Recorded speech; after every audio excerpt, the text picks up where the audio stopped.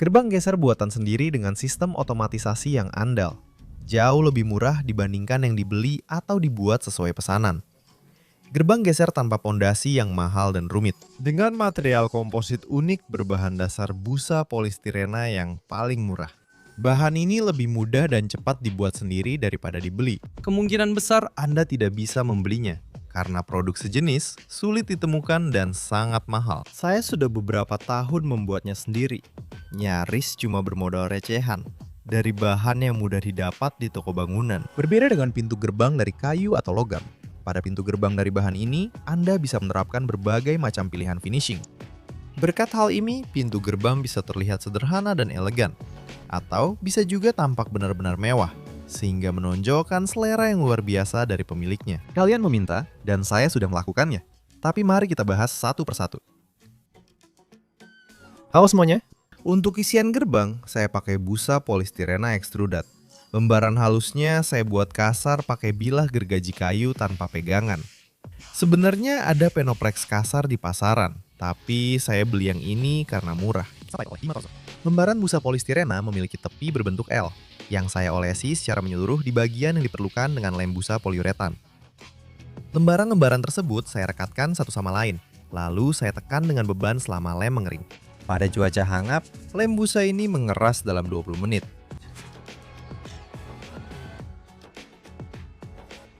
Busa yang berlebih setelah mengeras saya potong dengan hati-hati hingga rapat dengan permukaan, agar nantinya tidak mengganggu rencana yang sudah saya buat. Gunakan pisau bangunan bermata tajam yang bisa diganti untuk memudahkan pekerjaan ini. Karena PPS saya hampir habis, saya pergi ke toko untuk membeli lagi. Saya langsung beli satu pak karena tak mau setengah-setengah. Sisanya akan saya pakai buat kolam rendam, sesuai janji saya sebelumnya. Video di channel Pesni Yashikoshiyaka, saya membuat cincin murah untuk septic dengan bahan yang sama.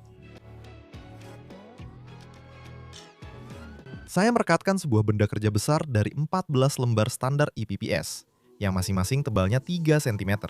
Penonton setia sudah lama tahu bahwa metode ini sangat beragam, dan saya sangat suka membuat keajaiban kecil dalam konstruksi menggunakan XPS. Bagian yang berlebih pada lebarnya saya potong, lalu saya olesi lem dan sambungkan untuk menambah panjangnya. Saya butuh tinggi gerbang 1,90 meter, sedangkan 2 lembar XPS jika disusun tingginya hampir 2,40 meter. Satu pak, standar isi 13 lembar. Jadi saya butuh 1 pak plus 1 lembar. Masih ada cadangan. Saya mendapat sebuah benda kerja berukuran sekitar 2 kali 5 meter. Saya memakai jaring kaca tahan alkali untuk plesteran dan memotongnya menjadi strip selebar benda kerja yang sudah dibuat. Dari EPPS, saya mencampur adonan siap pakai yang saya gunakan untuk menempelkan dan memplester bahan isolasi termal. Campuran ini dipakai untuk papan IPPS dan wall mineral. Dengan langkah-langkah yang cukup sederhana, saya mulai membentuk lapisan penguat dasar di permukaan. Saya aplikasikan dengan cetok dalam gumpalan-gumpalan kecil. Saya mengaplikasikan campuran, meratakannya dengan sisi halus roskam bergerigi, lalu melewatkan sisi bergeriginya untuk membuang mortar yang berlebih. Sisi bergerigi ala penyikis membantu campuran tersebar merata.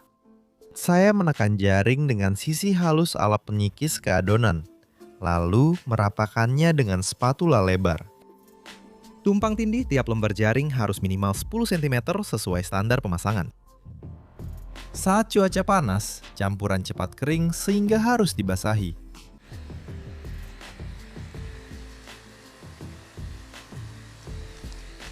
Lem berlebih di pinggir langsung saya potong. Campuran berbahan dasar semen akan mencapai kekuatan penuh dalam waktu 28 hari. Ketika campuran tampak kering, cacatnya masih mudah diperbaiki dengan spatula, yang menandakan kita ini amatir.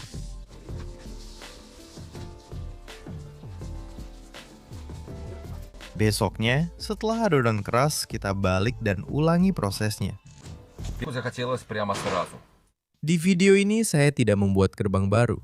Kami sudah punya gerbang lama dari 15 tahun lalu yang kini perlu perbaikan. Gerbang itu buatan ayah saya. Saat itu, saya belum bisa mengelas listrik. Gerbangnya sederhana. Hanya rangka baja persegi panjang yang dilas dari pipa profil berukuran 6 x 4 cm. Rangka berukuran 6 meter panjang dan 1,9 meter lebar dengan 6 batang penghubung dari pipa profil yang sama. Digunakan rel siap pakai. Ada 2 penopang rol siap pakai, penangkap bawah dan apas.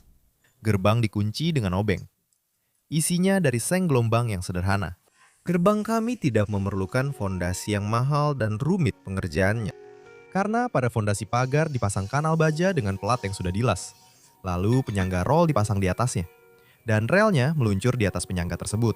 Adanya kanal baja ini seharusnya sangat memudahkan saya dalam memasang penggerak. Saya menemukan pelat logam tebal di gudang. Memotongnya jadi pelat untuk penggerak. Lalu akan dipasang di tengah antara penyangga rol. Saya rasa di situ adalah tempat yang paling stabil, dengan penyimpangan dan getaran paling minimal. Agar bisa bermanuver, pelat tidak akan saya las ke saluran baja, tapi cukup saya baut. Petunjuk mencantumkan jarak antara roda gigi dan titik pemasangan rak gigi. Dari data itu, saya menentukan posisi plat pemasangan yang disertakan bersama penggerak, sehingga pemasangan dan pengaturannya jadi lebih mudah.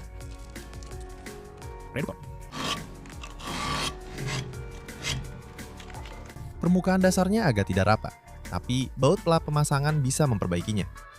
Saya teringat pelajaran prakarya di sekolah, terutama saat saya membuat palu dari sepotong besi. Lembaran besinya setebal sekitar 8 mm. Saya mendapat 2 mata bor berkualitas, membuat pekerjaan ini menyenangkan.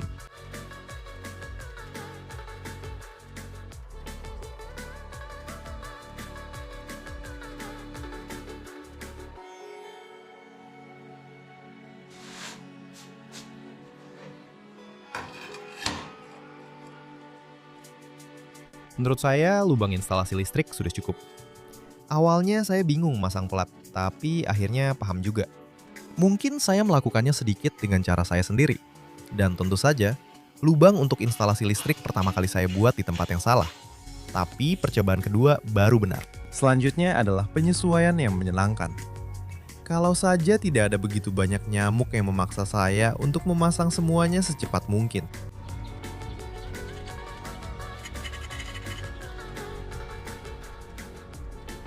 Bagian pengikat untuk memasang rel bergerigi ke pintu gerbang saya kencangkan seperti ini. Ini diperlukan untuk menciptakan celah kerja kecil antara rel dan roda gigi penggerak.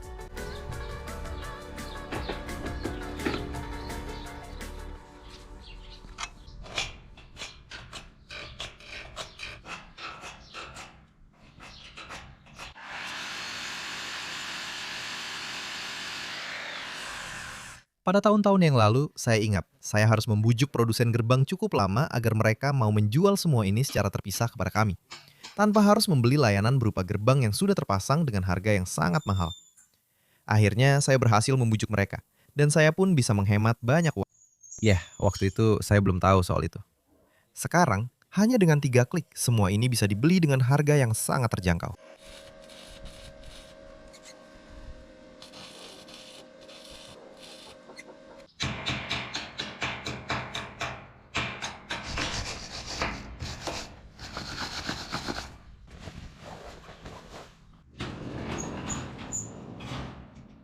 Agar gigi rel berikutnya pas dengan sebelumnya, saya letakkan sebagian rel di bawahnya sebagai penyangga. Rel dijual per meter, bukaan gerbang 4 meter. Jadi saya butuh 5 potong rel 1 meter.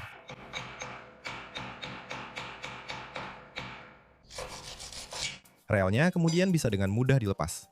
Saya mengendurkan baut rel dan menempatkan mata bor 1,5 mm di antara roda gigi dan rel untuk memastikan celah yang tepat. Semuanya presisi.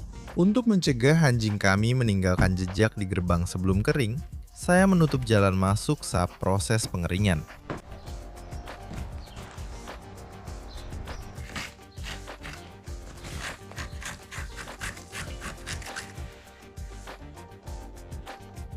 Pelapis dipasang dengan paku keling aluminium yang dari waktu ke waktu dilonggarkan dan bahkan dicabut oleh angin. Jadi, setiap 1 atau 2 tahun, beberapa bagian gerbang perlu dikeling ulang. Ini akan segera berakhir. Saya mengeling ulang untuk terakhir kalinya. Dengan cara ini, isian komposit buatan sendiri lebih mudah dipasang agar rata dengan permukaan luar rangka gerbang. Setelah selesai, tetangga tidak tahu isiannya sehingga tidak tergoda menguji kekuatannya. Dan itu kuat. Saya mengukur jarak antar tiang. Di bawah benda kerja, saya menyelipkan lembaran papan serat agar tidak memotong plastik renektor.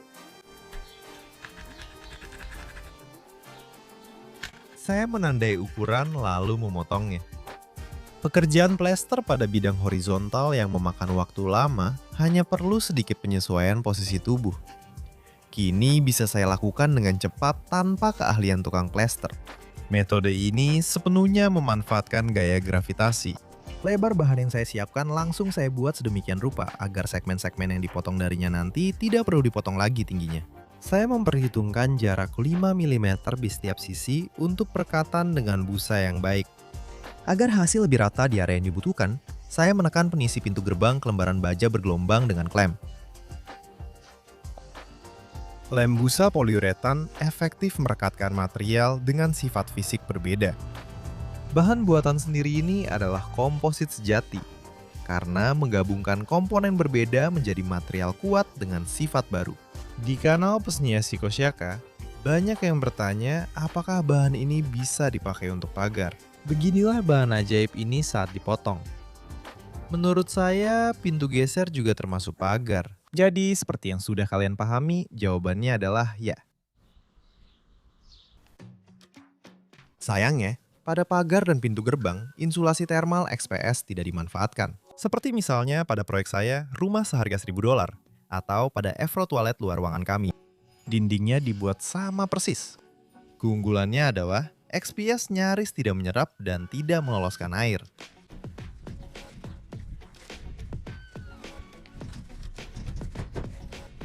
Bisa juga ditempel seperti ini. Saya beri bantalan agar ada celah untuk semprot busa. XPS tidak gampang membusuk, tapi tetap bisa. Hal ini menjadikannya penisi komposit yang ideal, yang bisa dilapisi dengan berbagai material finishing dan pelapis. Lanjutan. Mereka akan menempel dengan sangat kuat. Inilah saat penentuan. Saya mulai mengebor lepas paku keling aluminium untuk semuanya. Saya memakai satu gulung jaring fiberglass panjang 20 meter dan kurang dari 3 kantong plester 25 kg.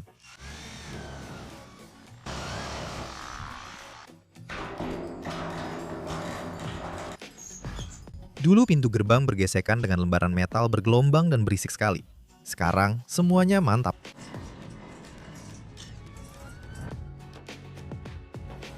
Saya menempelkan panel komposit terakhir di atas palang untuk kunci obeng. Obeng sudah tidak diperlukan.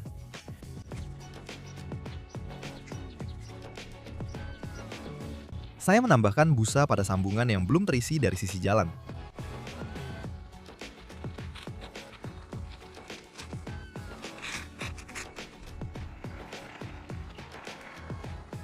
Saya memotong busa yang berlebih dengan memegang pisau pada sudut kecil.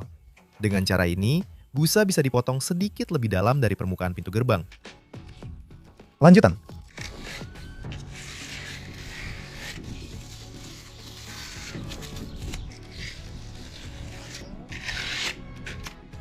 Saya menutupi semua sambungan dengan campuran yang sudah saya kenal. Saya berharap, meskipun rangka, pintu, dan isian memiliki sifat fisik yang berbeda, semuanya akan tetap kokoh dan kuat. Misalnya, di rumah utama kami, pintu-pintu sudah lama hanya dipasang dengan busa pemasang, dan daya rekat busa lem poliuretan memang tidak bisa diremehkan. Jika muncul repakan kecil antara tiang rangka dan panel isian, repakan itu bisa disembunyikan dengan list sempit. Jadi, waktu telah berlalu. Sampai jumpa!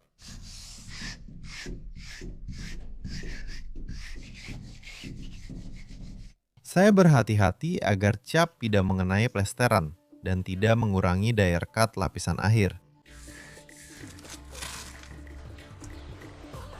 Cat coklat tua di atas karab, efek palu, itu yang dibutuhkan.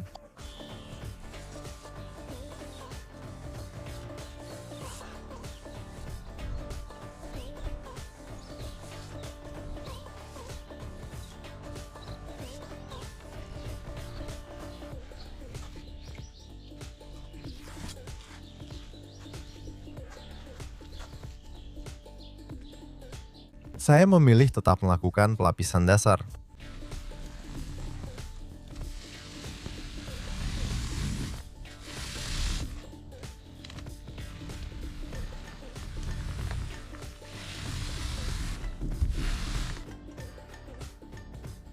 Tiang rangka gerbang yang baru dicat saya tutupi isolasi lebar.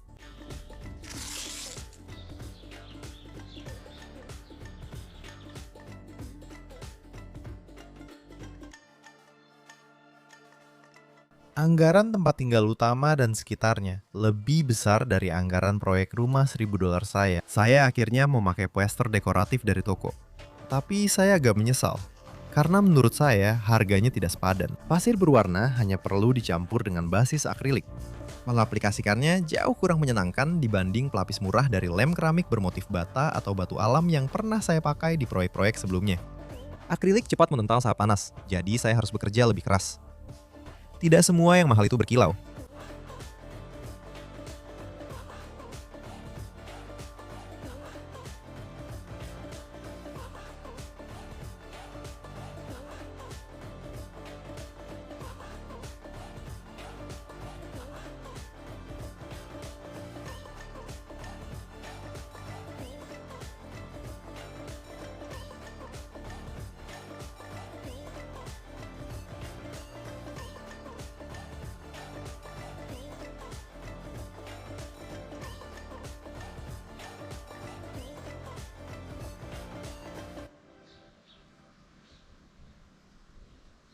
Untuk menyambungkan listrik penggerak, saya meminta bantuan penemu metode sepeda listrik murah dari roda hoverboard bekas, baterai gergaji, dan controller AliExpress.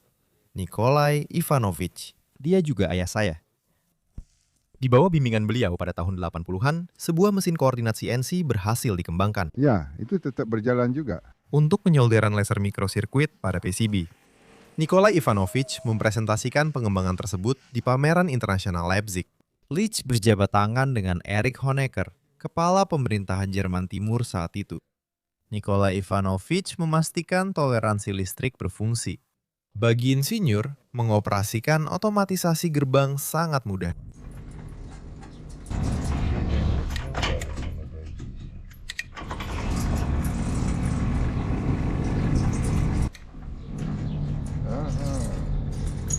Satu saja, yang sama untuk maju maupun mundur.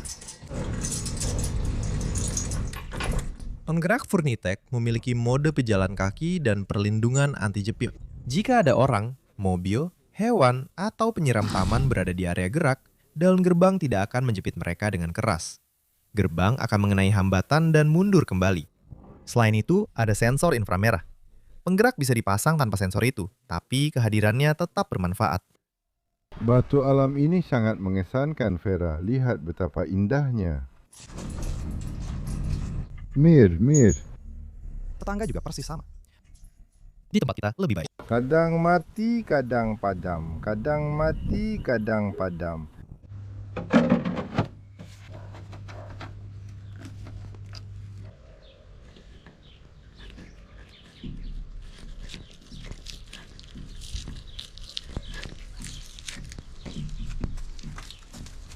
Saya ingin tahu seberapa besar cadangan daya alat ini. Karena saat musim dingin, penggeraknya butuh tenaga lebih untuk membuka pintu. Setelah mengurangi sensitivitas, saya sadar dayanya tetap besar. Saat saya dan ayah menonton YouTube, kami tahu sepeda listrik dengan roda hoverboard ternyata ide yang cukup umum. Ditemukan secara terpisah oleh banyak orang cerdas yang ingin membuat transportasi listrik yang terlalu mahal menjadi jauh lebih murah. Dan begini cara kami mengganti roller penuntun samping. Pada alur sudut besi yang dilas, terdapat pin dengan ring di atasnya yang meluncur. Sudah lebih dari 15 tahun semuanya lancar. Jadi, jangan lupa beri jempol ke atas. Jangan lupa subscribe kanal Pesnia Psikosyaka, follow akun Zen dan TikTok saya lewat link di bawah. Tekan lonceng agar saya bisa terus memberi info. Semoga dunia damai. Terima kasih.